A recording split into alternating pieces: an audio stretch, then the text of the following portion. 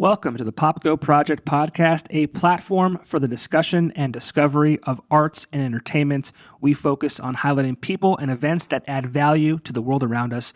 Visit us on all social media platforms by searching the Popko Project or visit our website at thepopkoproject.com. Welcome to the show, and thank you so much for listening. This episode of the podcast is brought to you by Keller's Garden Center and Landscaping Services located on Kern Street in Exeter, Pennsylvania, near Blue Ribbon Dairy. That little rodent Punxsutawney Phil may have seen his shadow, but let's reverse that little bastard's plan for an extended winter and start thinking spring.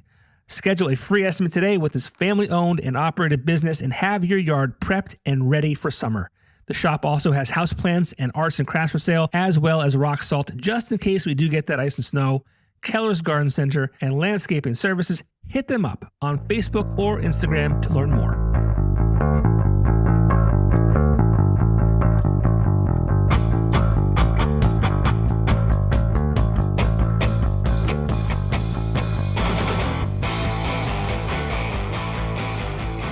Gentlemen, welcome.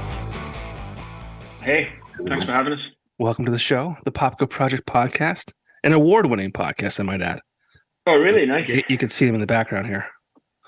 All the awards. Sweet. Amazing.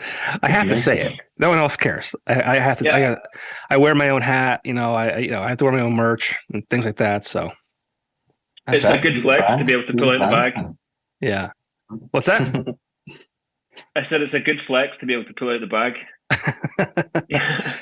Well, I always joke. I'm like, if I don't, no one else is going to. So I got to promote the brand. Oh, for sure. I need to be behind it. So I'm here today with the Rival Saints from the UK, right? Where are you guys exactly located? Scotland, Glasgow. Scotland. Nice. Well, so I'm in Glasgow. Ewan is down on the west coast. Ewan lives in our hometown, mine in his hometown. And Mike, our singer, is from Aberdeen, which is like up in the northwest coast. So he's like right across the country from us. Very cool. So you guys do a lot of stuff like you just sending files back and forth or what? Yeah, we kind of have to. Yeah. I mean, so we're sort of based out of Glasgow. I have a studio up here that we record everything in and we write stuff in, but it's like that's like the central location. So even from here, it's still like an hour away to where Ewan is, and from where Mike is, it's like 3 hours. So just to make things easier, we do a lot of stuff on Dropbox. Yeah. Just by necessity. Sure. Tell me a little bit about the band. I mean, I don't know how I found you guys. I do this podcast, and I don't know if I'm just a playlist or what it may have been. I'm not sure, but I really dig the sound. And you got 3 songs out. You just released a new song at this point, maybe a week or two ago. Today is what, the 26th of February. So again, I'm not sure how I found you guys, but talk to me about Rival Saints and the music you have out and maybe the plans for 2023. So Ewan and I started jamming. I've known Ewan since like we were teenagers. And we'd played in bands together quite a lot. But in 2014, we just kind of started jamming together more just to have something to do, just like, have a bit of fun, with no agenda on it. Just like, let's just jump in a rehearsal room and, just make something. So he'd play drums, I'd play bass, and we were just like messing about. And then just kind of started to like have stuff that was kind of similar sounding, sounded like it might be like a band. And then, recorded a couple of little bits and pieces. And that was all like entirely instrumental. And we were just like, okay, so this is pretty cool. Let's get a singer involved. And I'd known Mike for years. I'd worked with him. I'd mixed his band's first record and then produced their second record. And I was just kind of like really aware of the fact that it was quite easy for us to get on the same page musically, like really, really quickly. We seemed to collaborate pretty well. So we just texted him. I was like, "Hey, would you be up for like giving this a bit of a go?" And he was like, "Yeah, definitely. That sounds cool." He was really, really into it. And I went up to Aberdeen to kind of just get him to, put something down on one of the tracks we had, and we were like, "Oh, this is cool. This is cool. It's different." And then that was kind of it. And we sort of continued on like that for like a couple of years, with no real intention of kind of doing anything crazy with it. But then I think it was Ewan. He was like, "Yeah, let's put something out. Like, let's stop fucking around." And so we put out a single 2 years ago, and just kind of kept kind of slowly coming back to it. Stuck out another song, and then it's only really been like the last 6 months that we've kind of been like, okay, this is like something that's pretty cool. I think we can, we can start doing things with this now. So yeah, we're kind of just starting out really. But it was like supernatural, always been like super fun to do. No kind of agenda or specific thing we were trying to fulfill. It was just like, we're enjoying making this. Hopefully other people might think it's cool as well. That's it. Yeah. I'll let Edwin chime in. Yeah, just what Alex was saying there. We've played for ages together, and then obviously we've had a sound in the background, and then it wasn't really until this year we've decided to kind of push it more and more and play live. And we played our first couple of shows up in Aberdeen, tail end of last year and the start of this year, and kind of like getting a set together, getting like kind of that 6-song support slot set together is kind of really like solidified what we've been doing and forced us to choose like our best material that we've got, because we've got like 30 odd songs that we've written over the years, and we just kind of like drip feeding them out as singles. They're the best ones that we've got. And then playing live, I think, is really, and shooting a music video last year has really kind of really, I don't know, made it more of a real thing, do you know? Sure. And then we're just kind of happy with what we've been doing thus far. And so yeah, it's gathering speed all the time, so it's quite good. That's cool. So I saw you kind of released a single a year. Is that accurate according to Spotify? You had the one song in 2021 called "The Real Outside," and then 2022 was "Learning to Live." Mm-hmm. And then, like I said, you just released, excuse me, "The Death of the Night" recently. And you kind of alluded to the fact, like, I mean, is this the year you guys kind of like, make a really conscious effort to push this thing forward? Yeah, I think definitely, like outwardly, definitely. I think in the last maybe 4 years since Mike's been involved, we've done mainly kind of writing in the background, and then just like kind of honing our sound. I know that sounds really cheesy, like honing our sound, but that's kind of what we're doing. So there's obviously a reason for that cheesiness. And then so playing live this year, and then we're gonna play live a bit more, and hopefully we've got about 3 songs that are kind of singly ready to go for the next part of this year, and make it even more into like a real thing. And then I think that's the plan.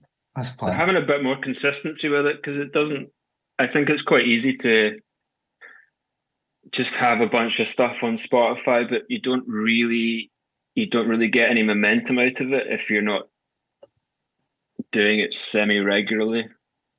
And we've got, like Ewan was saying, we've got like so much stuff, so much material that it's kind of pointless just sitting on a hard drive. Right. You know, we may as well share it with people. And if people like it, then great. You know, that's what I'm saying. There's never like really been a game plan other than, do we enjoy doing this, and do we think it's cool? And if the answer to those two questions is yes, then cool. Let's just start operating in a way that other people can kind of get in on the joke, rather than just being like being a thing that kind of exists just between the three of us, and we're just like sharing files with each other, being like, oh, this is cool, this is great. Like, because, you know, at the very least, if we think it's okay, then hopefully other people do too. Yeah, I think it's great. Honestly, I think we live in a cool time too, where, I come from the school of, release albums, 10, 12 songs, and then 2 years later you do another one. But like, it's really cool this day and age where, bands are constantly releasing singles every, 6, 8 weeks or whatever it might be. And you guys have this collection of songs, like, you can put one out there and let's say like it's just not received that well. Like, okay, no big deal. Like, you release another one 4 weeks later. So you have an opportunity to really kind of like take all that you have ready and just kind of, hit it hard. Yeah, totally. I don't think that, I mean, it would be cool if we did an album at some point, but I don't really think we don't necessarily need to be that sort of band, or it's, then there's that pressure of having like, having your 12 or 14 songs, and then you put all your eggs in one basket. And, if you release it and it's not received that well, it's kind of, that ends up just getting lost. Yep. And also, like, we don't particularly want to do it that way, because it means that we can concentrate on one song at a time. We can release it, and if the one song doesn't sound like another song, it doesn't matter. Right. It really is more about like kind of pleasing ourselves. I know that, like, in a really kind of weirdly selfish way. Sure. And it just means that we can sort of stretch out a little bit, do things that are maybe a bit stranger, a bit weirder. It feels like a really nice situation to be in, where it's like we can just do whatever we want, and that's kind of what has pushed the way we approach it. It's basically, do we think it's cool? Great, done. Yeah, because we do everything ourselves. So like, I mix and produce it. Mike and Ewan do all the artwork. Everything's kind of like, we take care of everything. There's no one else involved, and it kind of lends the kind of degree of like autonomy, and like we have editorial rather than there being something else. And I know that's not a particularly strange or unique situation in 2023, but for us it's totally ideal, because it just means to, like, we can do whatever we think is cool that month, or that quarter of the year or whatever. I think that's what's the coolest thing about the time we live in too, is you guys aren't just musicians now. Like, your own management, producers. I can't talk, it's early. All that kind of stuff, creative. Like back in the day, it's like, you had a marketing and record label behind you that stole 80% of your money anyways. But like now, it's all these bands have like so much in house that like kind of take care of the whole process. It's neat. Yeah, I mean, it gives you. Go on, man. Go on. It means it's like there's like a level of it being like entirely like auteured, like it's straight from the source. I guess there's no kind of compromising with it, and it's like a really kind of freeing situation, because like we've been in bands before that have had a label, and have had a management company, and have had other interested parties, and when you're in that situation, there's a pressure to have some sort of commercial viability to what you're doing. And that's like a really joyless way to create. Like it's really not fun. Like if you're second guessing, would this be all right on radio? Would this are people going to want to buy this? Are people going to come to a show because they've heard this single? If you're thinking about it from that perspective, it takes all the enjoyment out of it. And like no one gets into music because they don't enjoy doing it. You know what I mean? Like the criteria for getting into it tends to be like, oh, I really like this. So when you're taking away, when you take that away from, creativity or just, even just playing in a room together, when you put that sort of pressure on it, it just becomes no fun. It's not like you don't get what you want out of it. There's always ulterior motives that are kind of spurring you forward rather than just doing it because you enjoy doing it. Right. Yeah, I would say so. I'd say we're all enjoying what we're doing, and that's why we do it. Because, like yourself, John, like two of us have got kids, we've got like other commitments, and life can be a bit crazy a lot of the times, And Alex tours a lot as a sound engineer as well, so we've all got busy lives. So I think the fact that we do this and we're doing it regularly now, and it's just a lot of fun. It's like a lot of fun. It's like kind of like a band that we've always wanted to do for years, and we're finally getting the chance to do it and just kind of doing it our way. And I think that's a really freeing, as Alex says, freeing kind of proposition. So yeah, really enjoying it. Now, do your kids like understand the whole like my dad's in a band type thing? Mine's too young. Mine's 5. So Too young? All right. He thinks it's cool. But doesn't understand. I think Mike's kid is really into it. Yeah. Like she sings all the songs and stuff. Like he sent us a video a couple of weeks ago of her just like rocking out to it. That's sweet. So yeah, like Ari's pretty into it. Yeah. Yeah, I used to be so my background, a little bit about me. I used to be like part of this weekly entertainment newspaper. This was back when like print media was a thing. And then even after that, I got into radio. My primary job was sales, but I also had a radio show where I was playing local music and featuring local artists in my area. And it was sweet because like I get free tickets, I'm on the radio, I'm doing all this cool stuff, right? And like my kid just turned 5 like 2 months ago as well. And my daughter is like 7.5 months.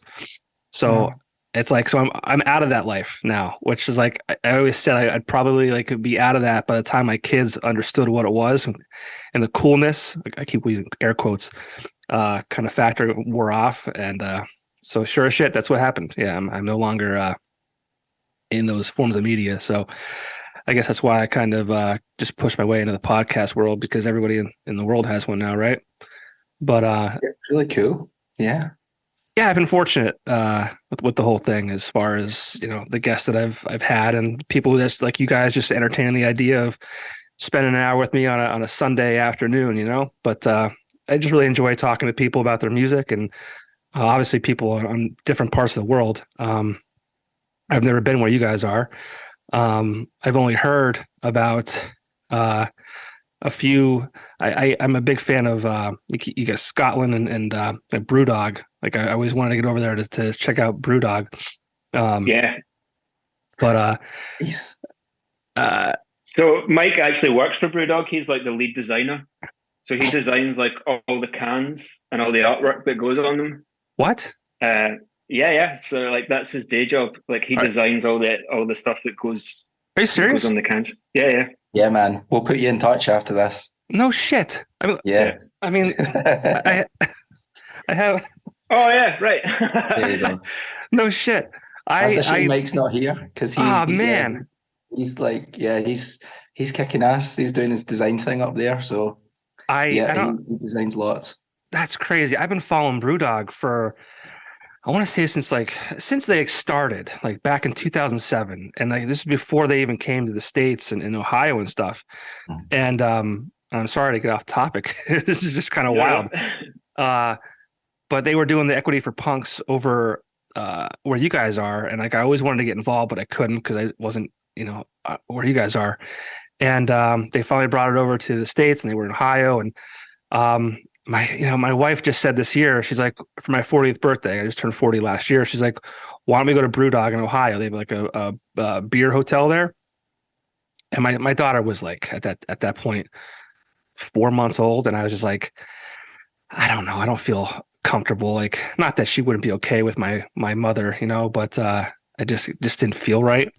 Mm-hmm. So my chance to go to Brewdog for the moment is put on a little bit of the back burner. But yeah, that's wild. That's so wild. Small world, eh? Small world. Yeah, the bars are a bit of a different proposition from just like the beers you get in cans. Like they've got some really insanely strong stuff. Mm-hmm. Like you get it in like a brandy glass. Yeah, but they'll give you like a really small, and like that stuff will rip you to shreds. It's like suddenly you can't walk properly, and the hangover the next day is absolutely brutal. But I'm a fan. I'm a fan of the Brewdog stuff. I kind of try and stay away from it because it makes me feel so awful the next day. You're not doing a good ad for Brewdog right now. Oh no, it's great stuff on the night. Maybe not the next day. There's a tagline. Yeah, they're they just put out for sale in Ohio. It's called Strength in Numbers, and it's like 50% but the bottles you get are only like an ounce, maybe a little bit over an ounce. Yeah. I can see why, but 50%.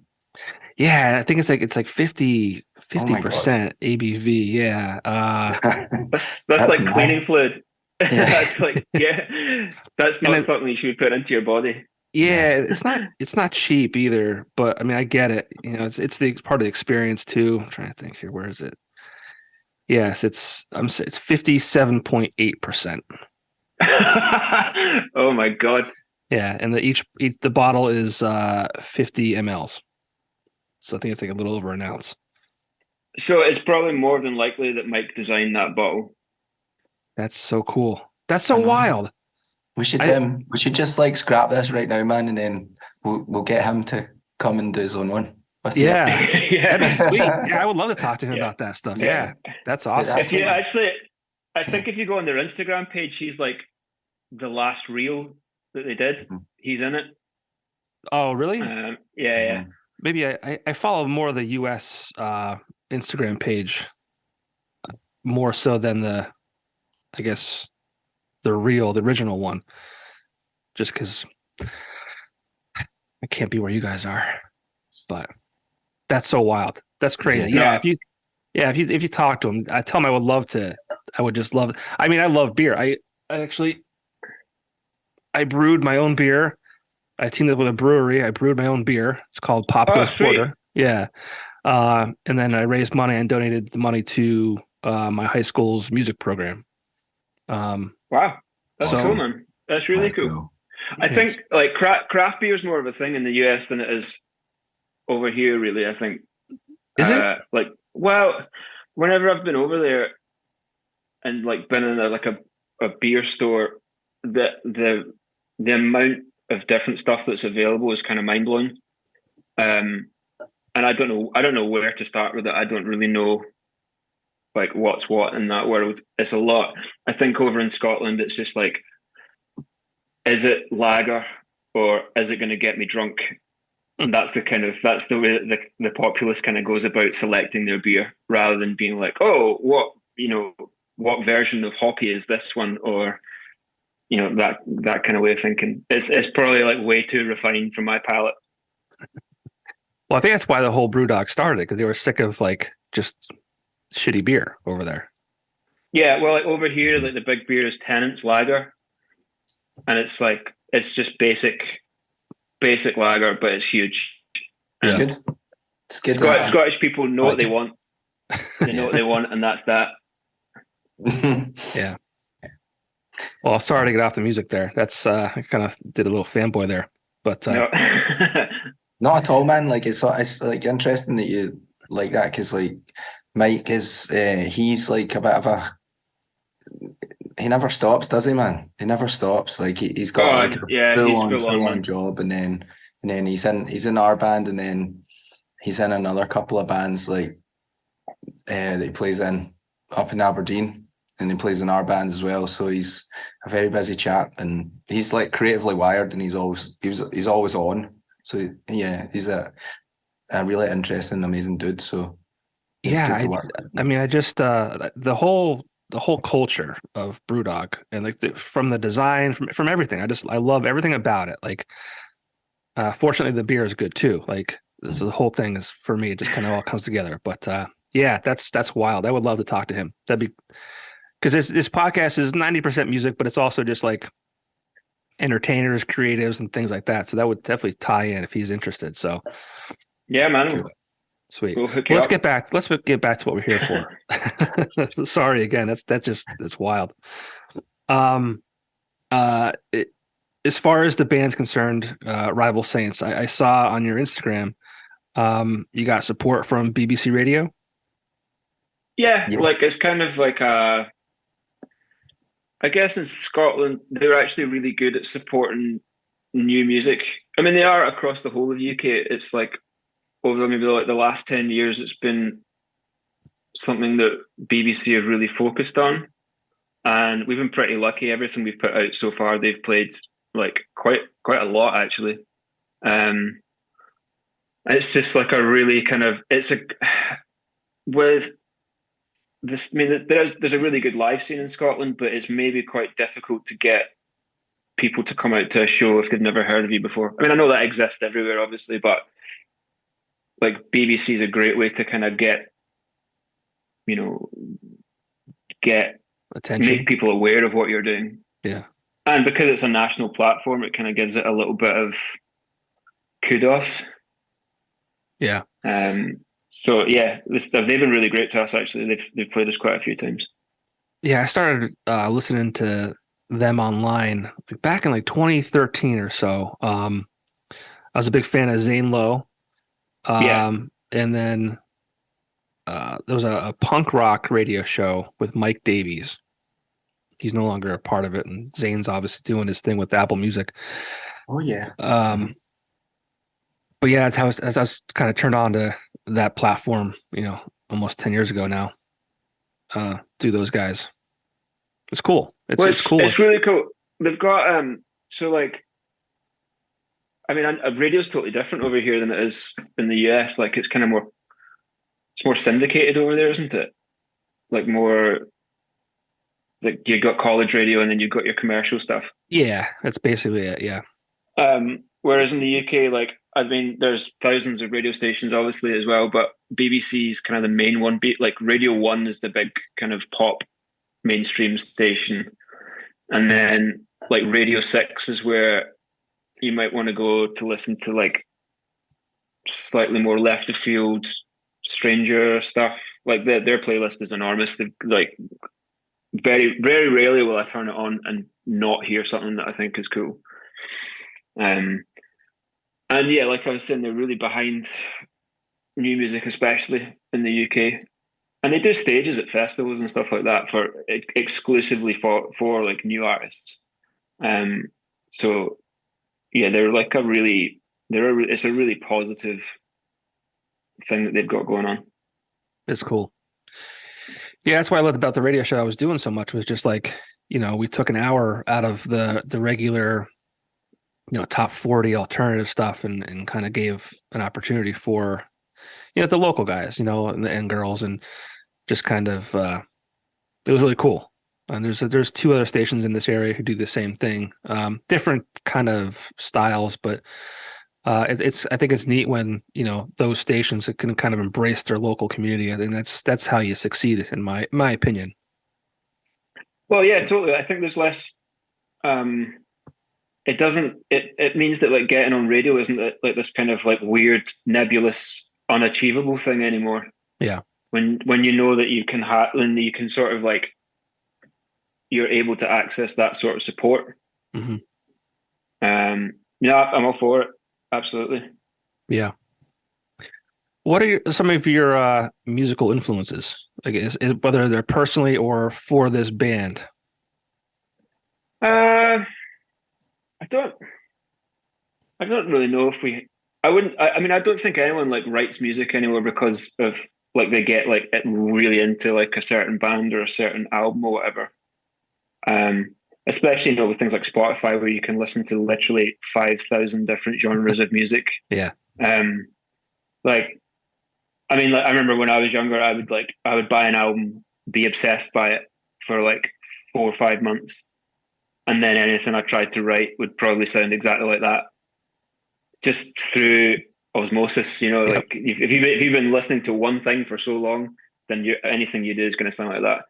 But I know that certainly when we're working on stuff, I don't tend to listen to any music when we're working on things because I want the exact opposite effect. I don't want to have any sort of influence of anything else, because you can spot that a mile off, and I think one of the kind of things with us is that we're trying to do. There needs to be like a level of authenticity with it, because that's where you get the most satisfaction at the end product.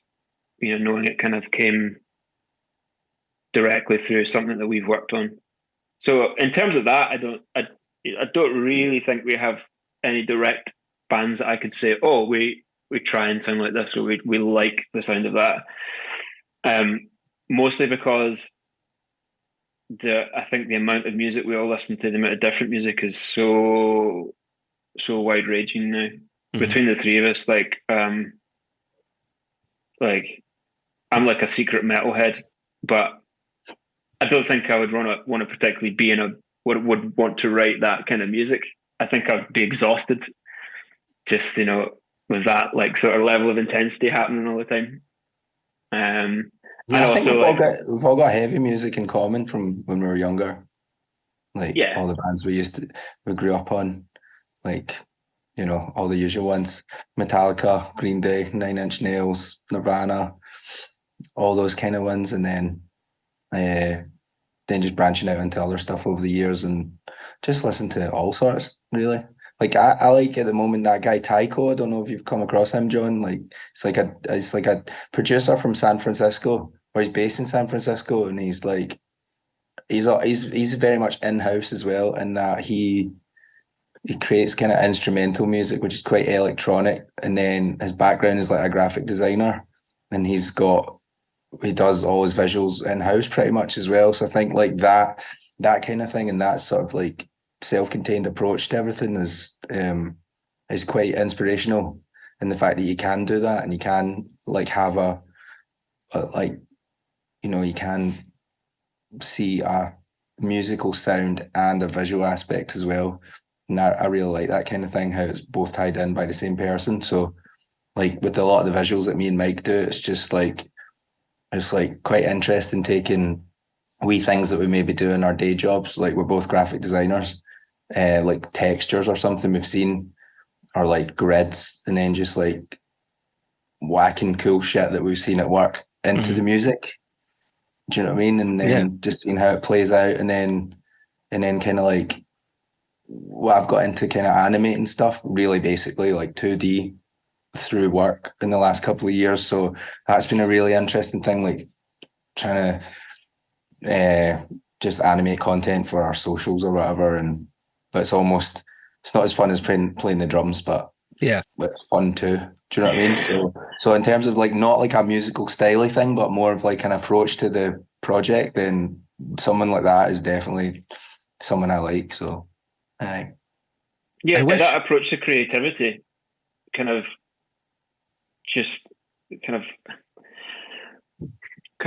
I trying to say? Having that sort of singular vision, I guess, is the kind of way I would describe it. Something that's very, it's from one place. Like bands and artists that do that, I think that's something I would find quite inspiring. Yeah. and something and a way of working that we are trying to emulate, I guess. Right. Yeah. And you guys did a music video for the latest song. Yeah. Was that your first music video? I know it was the first one as this band, I think, right? But like, I know you say you guys were in bands before that. Was this your first like music video? For this band, it was, yeah. For But this band, yeah. For previous bands, we've all done we've all done a few music videos with varying levels of success, you know. So this one, this one we wanted to keep it all quite simple and not have any sort of too many narratives running through it, and make the visuals and the lights and the colors and the performance the thing.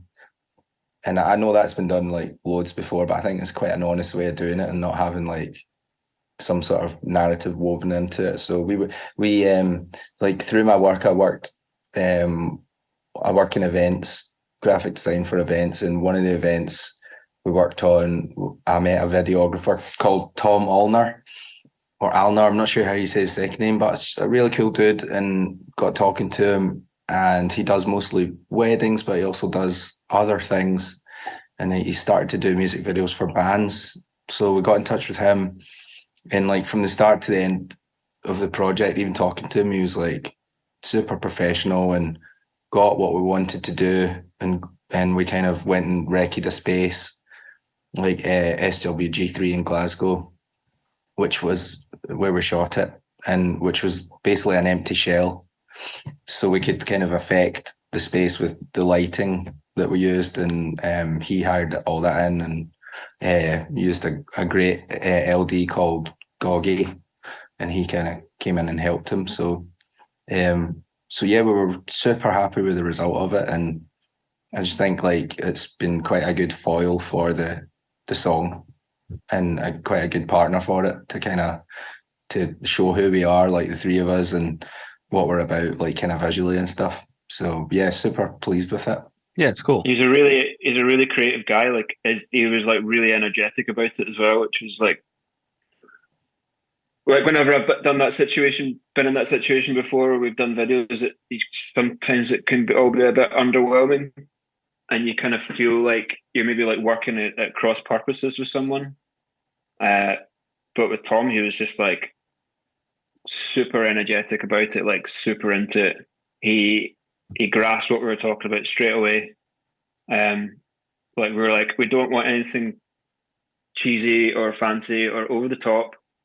We just like want it to visually tie in with the artwork, the color scheme that the guys that Mike and Ewan had kind of been working with, and that was it. Like that's the only thing that we really want to kind of make sure we're the only kind of mark we want to hit. And he totally got it. He was totally into it, and he was like super enthusiastic about it.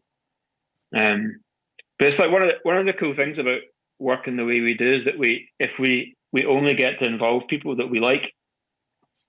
So like Tom was one example. Like our front of house engineer is our our friend Paul, and like not only is he's obviously an amazing sound engineer, but he's like first and foremost he's our friend. So he's like a cool guy that's going to be to spend time with. Actually, as well, like the last single we put out, we had it mastered by my friend Ross, and I've known Ross since I was a teenager as well. Like, and he's a super cool guy. So we get to kind of pick and choose who we work with, which is I think quite important to us. And it's people that we're like number one, like involved with on a personal level first, and we like them. We're friends with them. It means that when we do need to involve other people, it's people we can trust. Right. Yeah, absolutely. Mm-hmm. I feel like I have to ask what bands you guys were in prior. A lot of bands that went nowhere. Okay. You kept alluding to these bands like, oh yeah, we were on a label, and we had success on these other videos, and I was like, is this anything that I know? Well, actually, you should probably check out Mike's band. They've been around for years and years and years, but they've just recently sort of started like this week actually, we started work on what's going to be their next album. So like Mike basically went away, like Ian was saying, he is just go all the time. And like sort of during lockdown and the last year or so, he wrote a new record for it, which I'm going to be working on as well. Cool. They're a band, they're from Aberdeen, they're called Indian Red Lopez. Like I guess after the Boxer. Okay. But yeah, they're cool. Check them out. Actually, I don't think any of the bands that I've been in previously are still on Spotify anymore. Bummer. Yeah, I don't think they are. I'd need to check it up. I don't. It's not the kind of thing that I would go and search out. To be honest, I wouldn't go and listen to more music. All right. I was just curious. I like to learn about new music and listen to different things, so I figured I'd ask. But no, check out Indian Red Lopez. They're a cool band. That's cool. I will definitely do it. You mentioned the guy before in San Francisco. What was his name? Tycho. So it was like Tycho. Okay. He's been around for a while. Yeah, really good kind of like instrumental electronic kind of thing. But also real players in the live band. So it sounds kind of cool, and it's almost like a hybrid of like a live band and a electronic sound. It's really decent. So outside the music, what do you guys do for fun? Good question. Do you have time for fun? Yeah. I definitely would. I mean, I got into the whole keep fit thing during lockdown, like cycling and CrossFit and those kind of things. Okay. And stupid things like did you ever heard of like the Wim Hof method? Yes. Like cold exposure. Yes. Yeah, I got silly into that in the last year. Yeah, I'm a huge Joe Rogan fan, so right. He's all about that. Yeah, I mean, to be honest, like I wouldn't say it was a hobby. It's more of a punishment. Mm-hmm. Like it's not pleasant. It's not pleasant at all. That's what everyone says. Like, I want to try it once, but I kind of don't.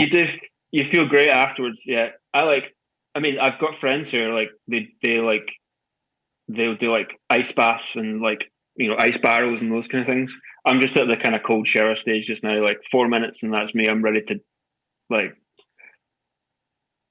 initial shock of it is something you'll never forget the first time you do it. Right. Yeah. I mean, but you feel great afterwards. That's what they say. I don't know. I mean, like I don't like the pool when it's like 75 degrees. Like. Yeah, I guess that it's all about that like mind over body thing. Yeah. Mike goes in for that as well, doesn't he? Oh, he goes into the North Sea.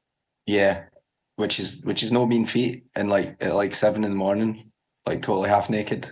Yeah, Mike sounds crazy. And he's kind of bonkers. That'll wake you up. Yeah. Like he just sounds like you said, he doesn't stop. Like he's like a machine. Yeah, he's a machine, man. He's full on, man. He's very full on.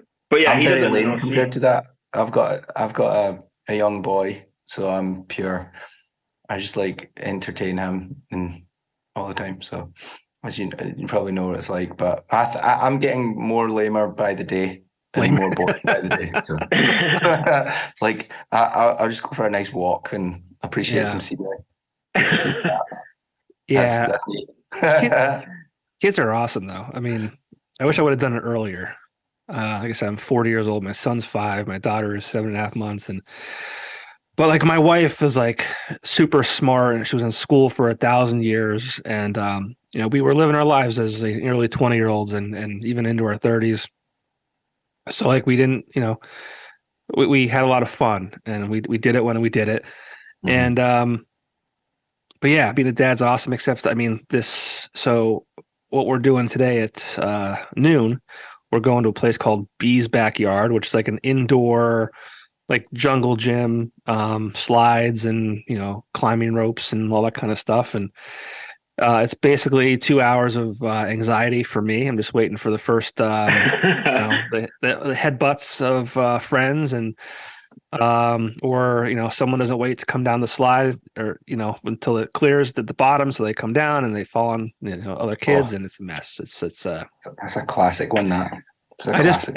I was just there last Saturday, so now we're here again on Sunday. These birthday parties in the wintertime, it's all we can do in this town is like Bee's backyard or something like that. So I'm hoping, my son's already talking about his birthday this coming December, going back to Bee's backyard. I'm just hoping that like at that time he's like, I don't want to do that anymore. Where are you based? Like he's grown out of it. So I am in Pennsylvania, specifically like Wilkes-Barre, Scranton, home of The Office, right? If you're familiar with that show. Yeah. Oh yeah, Absolutely cool. love that. Amazing. Yeah. So that's where, also the rip-off of The Office, I guess you could say. I listened to the podcast you put out before with the girl from Tiger's Jaw. Oh, Brianna, yeah. Yeah. So I just like, I don't know, it was like when you reached out to us to come on this, I did a wee bit of research to see what we're getting involved in. So I listened to that one. So you listened and you still decided to do it. Yes, wow, that's impressive. Because it's quite interesting, because I think, I don't know, I don't know. I really like things like geography and stuff, and getting to know where places are. And I was really interested to see how do you say it? Wilkes-Barre? Wilkes-Barre? So yeah, so it's Wilkes. So a WILKES dash. So it's BARRE. Mm-hmm. So the every comic that comes. I've been there. No way. Yeah. There you go. I've been there. I did a show there. Maybe 5. I'm sure I've done I recognize that name. I've definitely been there. What venue? I'd need to check it out, but I remember because I thought it was Wilkes-Barre, right? With the way it's spelled. Oh, that's crazy. I would love to know what venue you were at. That's awesome. Because we figured out that the office was nearby, mm-hmm. like the place they filmed The Office, mm-hmm. and it was like around about that time. I mean, have you watched the UK version of it? I haven't even actually watched in full the US version. Right. I mean, the two start out kind of the same, but then the US one totally becomes its own thing. The UK one is super awkward, kind of just cringing when you're watching it. But it was around about that time that me and a bunch of my friends had been getting into the US version. And I really wanted to go. And because I think you can visit the set. Can you not? Or is the set? Well, the set's not actually in Scranton. Right. That's right. Okay. Right.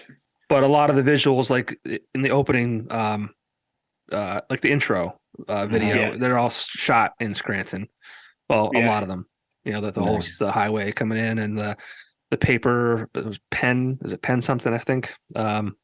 But yeah, those are all weird, all real. Every comedian that comes through here, that's the whole joke that they start off with. I wish they would stop because it's getting old. But is it? I don't know. Is it Wilkes-Barre? Is it Wilkes-Barre? Is it Wilkes-Barre? It's stop it. This is old. Yeah. Right. Yeah, it seems to be it's a whole thing. It seems to be a really strong kind of creative community from what you were talking about in that podcast, from where you're from and the size of the town or the towns and stuff. Yeah, I mean, it's a small town. It's everyone has their gripes about, we call it Northeastern Pennsylvania or NEPA. It's like anywhere else you go, there's problems in different areas, and it's funny, everyone wants to get out of the area when they finish college, or they want to just leave home or whatever, and they always come back. It's kind of like a black hole. I mean, but like anything else, it's what you make of it, right? And I feel like it's kind of getting better as the younger generation comes, and they're excited and what's the word I want to use? Not aggressive, but just ambitious. That's the word. So it's good, and it's I like being part of that to a degree, like by doing this, because a lot of it is local musicians. I wanted to kind of keep a platform of being able to highlight them. I just love being able to talk to other bands across the world too, just because I think it kind of builds the whole podcast up. And you guys mentioned that you listen to. I mean, Tiger's Jaw is a bigger artist, but it's just kind of draws attention to the whole thing, and hopefully people come across a new band to listen to through the process. But yeah, well, thanks for listening to that, and then still deciding to appear on this show. That was very professional indeed. So I don't know. Props. I'm in my basement right now, my bar basement. Still doing it out of the home. I like it. Well, listen, it's getting not late. It's early here. It's mid-afternoon, but I don't want to keep you guys too much longer. What's plans for 2023 from you guys? Like either stuff that's already solidified or aspirations you might have as far as the band goes this year. So yeah, going to try and. So I've had a plan of releasing like a single every 3 months. Just kind of keeping that ticking over. And we just kind of started talking like last week about maybe like trying to do some sort of physical release at the end of the year, like put everything together, or put like the songs that we put out this year, put them together in a kind of format that's not just like a jewel case CD that becomes a coaster on someone's table or ends up in their in the footwell of their car. So like like a vinyl sort of thing, like it basically means that like we can have the music and also like the guys can kind of have an opportunity to present the artwork in a way that's not just online, not just a social media thing or a Spotify canvas. And I think that would be just do like a super short run, and just see if people are. I think it'd be a nice thing for people to have if they're into our music. And I think like even looking forward into next year, or the year after, like it's the kind of way I think we feel we could continue releasing music, is to have that, release some singles or maybe an EP or something on a regular basis. And then, if you're interested, if you want to buy or, want to own like the kind of physical version of it, then, we could keep doing that sort of thing. Like the kind of bands that I like always have like awesome vinyl and awesome, awesome like little bits of things that you can have that aren't, like I said, it's not just a CD. Because I don't really think that people. I don't know about CD sales anymore. I don't know if like bands on our sort of level would like we're a small band. I don't see much point in us trying to sell CDs to people. Yeah, I mean, new cars don't even come with CD players. Yeah, mine doesn't. Yeah. I don't have a CD player in my home right now. If I had to play a CD, I don't have anything to play a CD. Yeah, I think I'd get a PlayStation if I had to do it, probably. Yeah, I mean, dude, I fought Spotify for so long. Like I was going to the local record store, I was supporting local business, supporting local bands, supporting the artists in general, and I would literally go, and I had to stop because I was just spending like $200 a month, and I just couldn't financially do it anymore. But I would go there, buy a handful of CDs, come home, put them on my computer, transfer them to my iPod when that was a thing, and that was it. Like my CD collection is like pristine because it's like never touched outside of just really quickly put on the computer. But I got to a point where I just couldn't financially continue to do that anymore. So I did the Spotify thing. Well, I know Spotify is like it's kind of seen as being a bit of a demon amongst musicians because the royalty rate's so bad and all that kind of stuff. And I was the same as you, man. Like I tried to stay away from it for so long, like, and then I just realized this is just easier and it's better, and I can listen to so many different things. But like it's made my attention span for music awful now. Terrible. Fucking terrible. Because you can just like continuously flick. I can't tell you the last time I listened to a CD or any artist like full album, like start to finish, just because, it's like I don't know if it's the fear of missing out type thing. I don't know, but yeah, you're 100% right, and I'm guilty of it too. I mean, I hate the whole. I think I've said this about streaming services, whether it's music or movies. I say it too much on this podcast, but like I hate it. I spend more time looking for something to watch than I do watching something. Or it's terrible. It's terrible, and I hate it. And like, if you start a movie and it's 10 minutes in and you're like, I don't like this, so you turn it off and you spend another half hour looking for something else. Yeah. Back in the day, you rented a movie, you put it in. If it sucked, you still watched it because that's all you had. Yeah, absolutely. Yeah. I miss that. I like some of the algorithmic stuff about Spotify. Actually, my end of year playlist was really fucked up because Lady Gaga was like number one on mine because of what I played to Brody, honestly. But sure.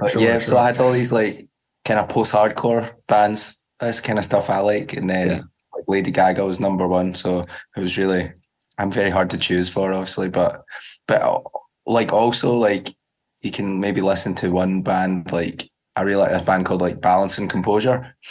Yeah, they're from around where I'm at. Yes, so I like kind of stuff like them. That's kind of my thing. And then through them and through like the algorithmic kind of playlists that have been created for me through what I listen to, like I've discovered so many good bands through that. Like, oh my God. And it's just great. I just love that side of it. Because I would have never have heard them otherwise, right? So it's quite good.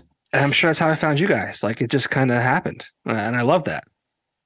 That's cool. Spotify radio's good. Like when you find an artist you like, and then just hit the radio button, and then I don't know how they put it all together, obviously, but 9 times out of 10 you'll find something that you're pretty into. But I'm the same as you with like Netflix and like TV streaming. I would spend an entire evening with just like the selection page open, kind of just like option paralysis. I don't know what I'm doing. I don't know where to start. And right, like this, it's maybe I'm just like a simpler kind of person that I need to be dictated to. But it's mind numbing. It's absolutely mind numbing when you're sitting there with like, there are so many thousand movies here I could watch and I can't even think of one. Yeah. I feel bad for my kids, man. I mean, there was nothing better than, Friday night you with your girl, you go to the movie store and get a pizza, and that was your night. Like, and then, I mean, the wall was the wall. It's like if it wasn't there, it wasn't there. Like you had a distinct like thing to pick from. Like it was great. It was great. Now it's just too much. It's too Simpler much. Simpler times, for sure. I sound so old right now, but what are you guys doing for dinner? I don't know. I'm probably gonna. I've got like loads of steak at the moment. Sweet. My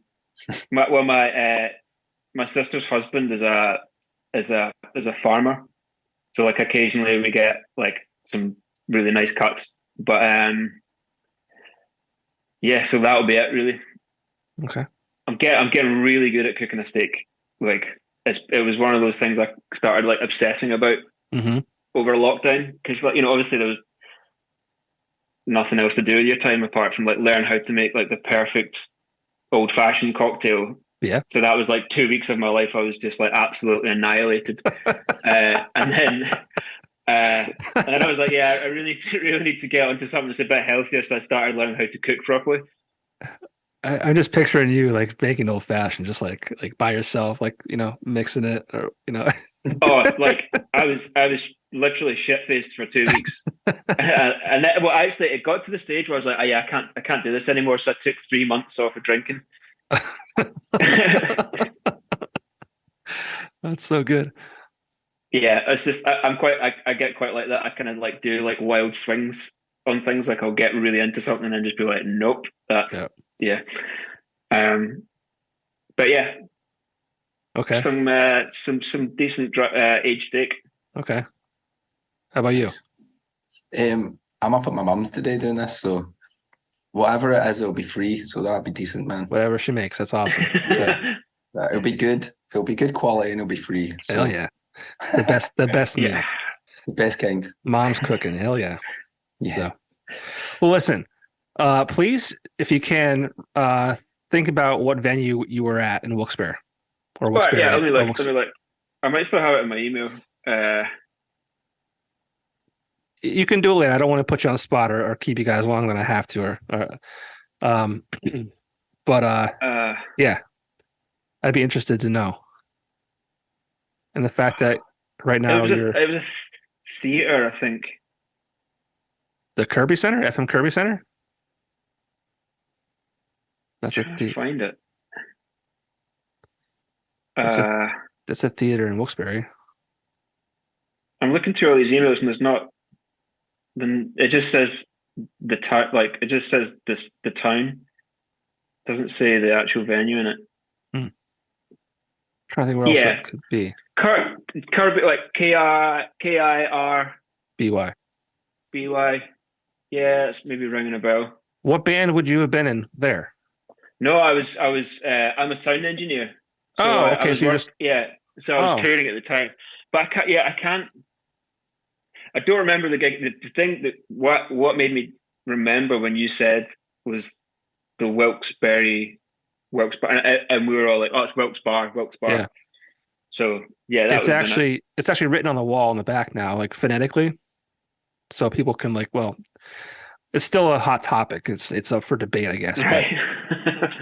Whatever. No, try and figure it out, and I'll let you know.